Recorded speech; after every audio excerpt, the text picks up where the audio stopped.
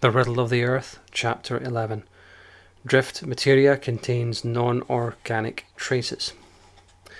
Another characteristic of the drift is that it contains no signs whatsoever, the chalk accepted, of any former living entities, either fauna or flora.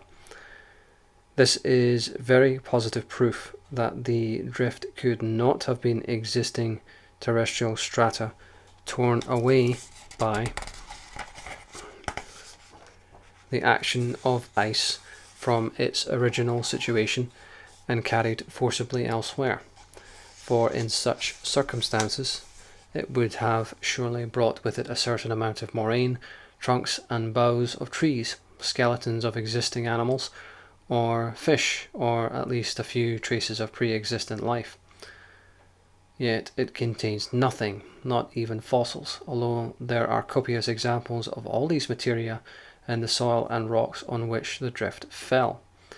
It has been contended that the chalk is itself a refutation of the assertion that the drift contains no evidence of pre-existent life, as chalk consists of the powdered shells of former mollusca.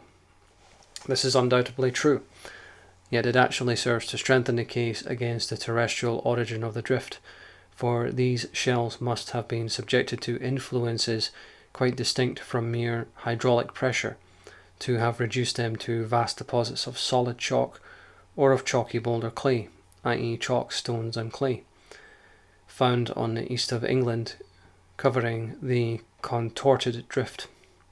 The heavier materia, the contorted drift, fell first, and the lesser materia, falling together, formed this chalky boulder clay.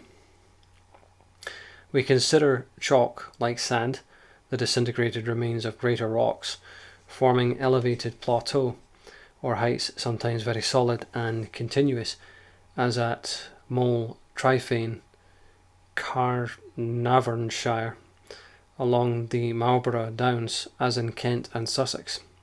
When we find the chalk inland, where no proofs of any pre-existent sea survived, how can the residue of former untold eons of countless shelled creatures have been collected together over one specified area, ground down into powder, welded into one heterogeneous whole, and left there, not by any process in which the earth unassisted plays a part? How could chalk and chalky boulders be carried to a spot, say in Wiltshire, an inland country, to form a solid strata spread over a greater surface than all other strata combined, with a total average depth of over 1,000 feet, containing a large number of rounded dunes or hills nearly 1,000 feet in places above sea level? There is and can be only one explanation to account for this succession of circumstances.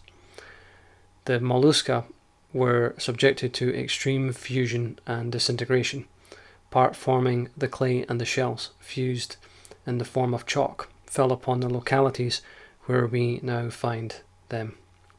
Donnelly sums up the whole problem of the drift in these words, quote, "It is plain that it was the result of violent action of some kind, and the action must have taken place upon an unparalleled and continental scale.